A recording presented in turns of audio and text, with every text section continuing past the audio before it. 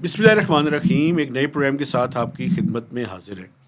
سنا ہے کوئی آج بڑے ہی امپورٹنٹ لوگوں سے آپ کی ملاقاتیں رہی ہیں. سارا دن ہنس کیوں رہے ہیں آپ؟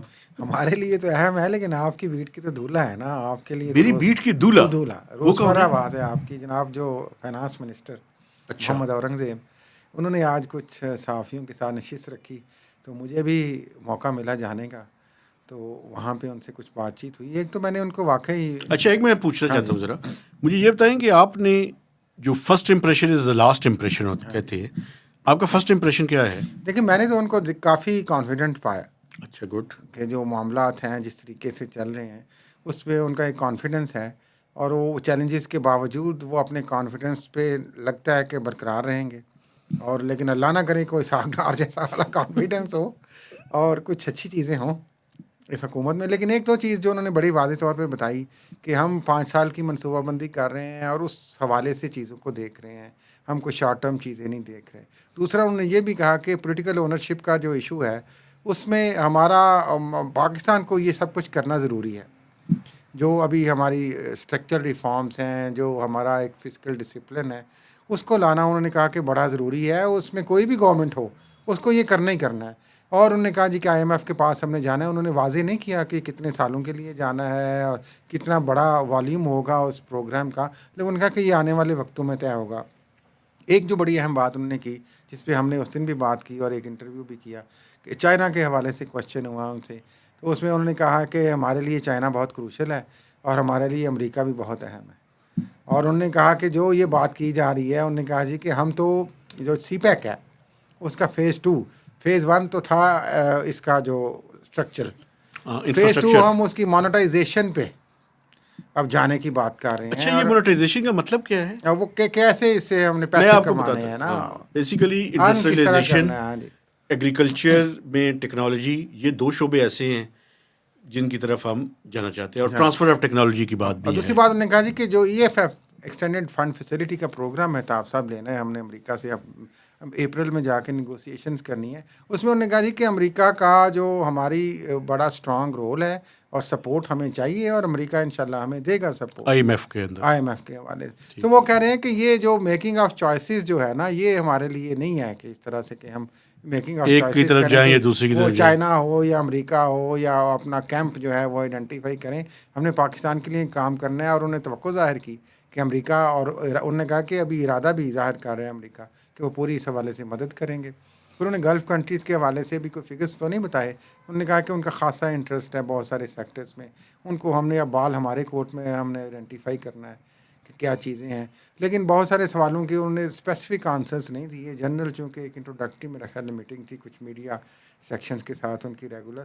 تو ایک چیز مجھے اس کی سمجھ آئی ہے، اس سے پہلے کہ ہم آپ کی خبر پہ جائیں، کہ جو ہم بات کر رہے تھے نا جی کہ یہ نان پولیٹیکل لوگ آ گئے، وزیر داخلہ نان پولیٹیکل آ گئے، کسی پارٹی سے نہیں ہیں، اور یہ وزیر خزانہ آ گئے. تو ایک شاید یہ بھی وجہ ہے مہتاب صاحب جو مجھے فیل ہوئی اور آج جا کے زیادہ اس پہ ہوا، کہ جو جس کانفیڈنس کے ساتھ وہ بات کر رہے تھے اور جو پولیٹیکل بیک لیش کی جس طرح کہ انہیں کوئی اس طرح سے پرواہ نہیں تھی، تو شاید ایک وجہ یہ بھی ہے کہ اس طرح کی جو سچویشن ہے پاکستان کی، تو وزیر خزانہ اور وزیر داخلہ جو ہے وہ اس طرح کے لائے گئے ہیں کہ جن کی کوئی پولیٹیکل اونرشپ نہ ہو، تاکہ کوئی پولیٹیکل بلیم گیم پہ نہ جا سکیں کل کو. پولیٹیکل بیگیج کا خیال نہیں ہاں رکھتے. جی، اصل میں دیکھیں، مسئلہ میں آپ کو ایک بات بتاؤں.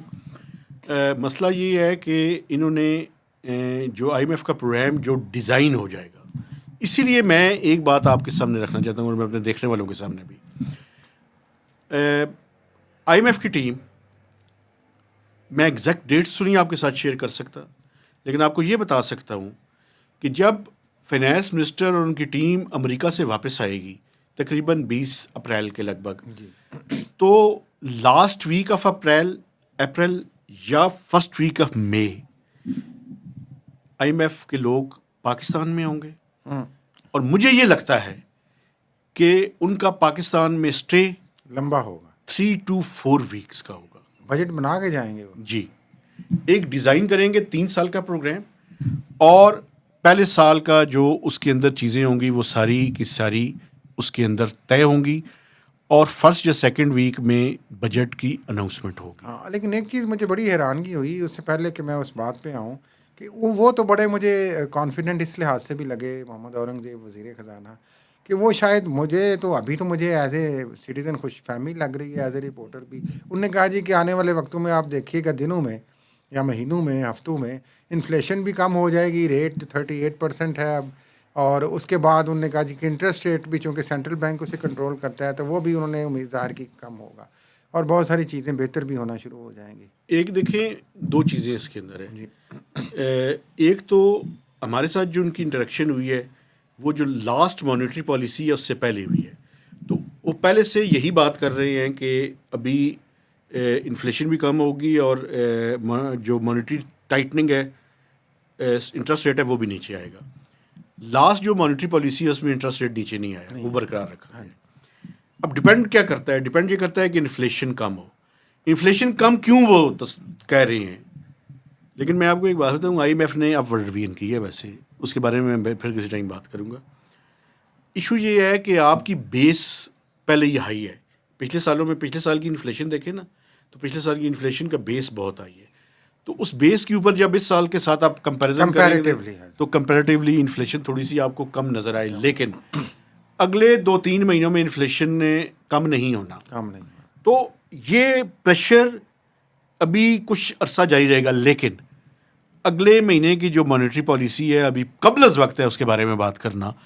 لیکن ہو سکتا ہے کہ اگر انفلیشن کا پریشر کم ہوا تو شاید انفلیشن جو ہے وہ نیچے بھی آ سکتا ہے. لیکن میں ایک سوال جو ان سے میں پوچھنا چاہ رہا تھا اور وقت کی کمی کے باعث پوچھ نہیں سکے، اور آپ سے کرنا چاہ رہا ہوں، اور آپ کی خبر کو اس سے جوڑ رہا ہوں، کہ یہ جو ایک طرف تو وہ کہہ رہے ہیں کہ سبسڈیز اور یہ ہم غریبوں کا خیال رکھنے کی کوشش کریں گے اور اس طرح کی اسکیمز کی بات ہے، لیکن ساتھ ساتھ جس طریقے سے انفلیشن ہے مہتاب صاحب، ایک بہت بڑا، جس طرح آپ نے اس دن بھی بات کی کہ جو مڈل کلاس ہے، لوئر مڈل کلاس ہے، وہ بھی تیزی سے جو ہے ایروڈ ہو رہی ہے، تو وہ لوگ بھی تو وہیں پہ چلے جائیں گے نا. تو یہ بیگیج تو بڑھے گا.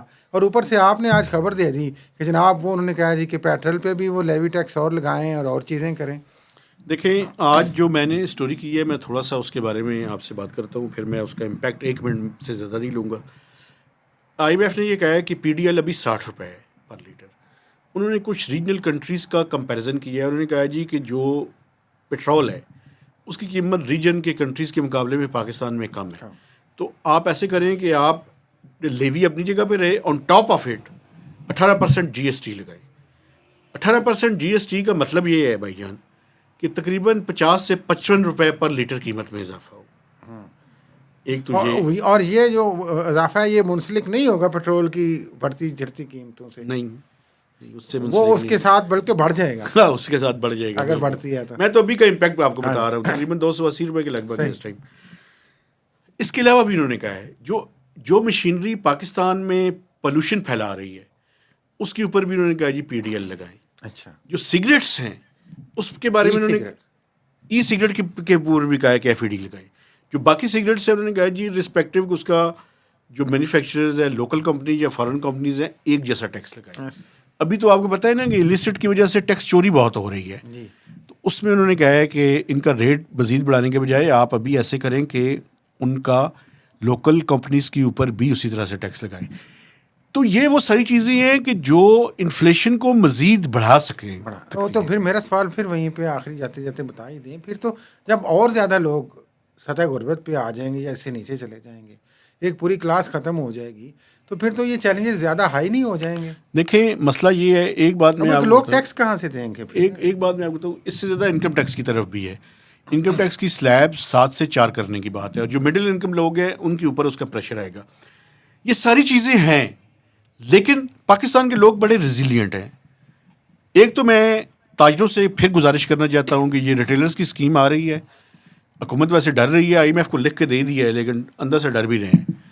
تو مہربانی کریں، اس ملک پہ رحم کریں ہم سب. میں بھی اپنا ٹیکس ایمانداری سے دوں، آپ بھی دیں، میرے دیکھنے والے بھی دیں، اور ریٹیلرز جو ہیں یہ بھی ٹیکس دیں. یہ ملک نہیں چل سکتا. آپ یہ اس طرح سے کام نہیں چلے گی، یہ کمپنی نہیں چلے گی. تو ایک تو ٹیکس بیس کو براڈن کرنے کی ضرورت ہے، یہ ریٹیلرز اور یہ سارے لوگ ٹیکس نیٹ میں لانے کی ضرورت ہے. اور اگر مجھے 3 سال کے بعد کوئی گارنٹی کرے نا کہ آپ کی زندگی میں خوشحالی آ جائے گی، ملک کے بیسک مسائل حل ہو جائیں گے، تو یار پاکستان کے لوگ آج بھی مشکل کے باوجود بھی اور مشکل برداشت کرنے کے لیے تیار ہیں. یہ گارنٹی تو مشکل ہے. گارنٹی مشکل ہے تو پھر نہیں، پھر غلط ہے. لیکن آنے والے وقتوں میں ناظرین ہم اس گارنٹی کو آپ کے لیے، اپنے لیے، پاکستان کے عوام کے لیے ضرور تلاش کرتے رہیں گے.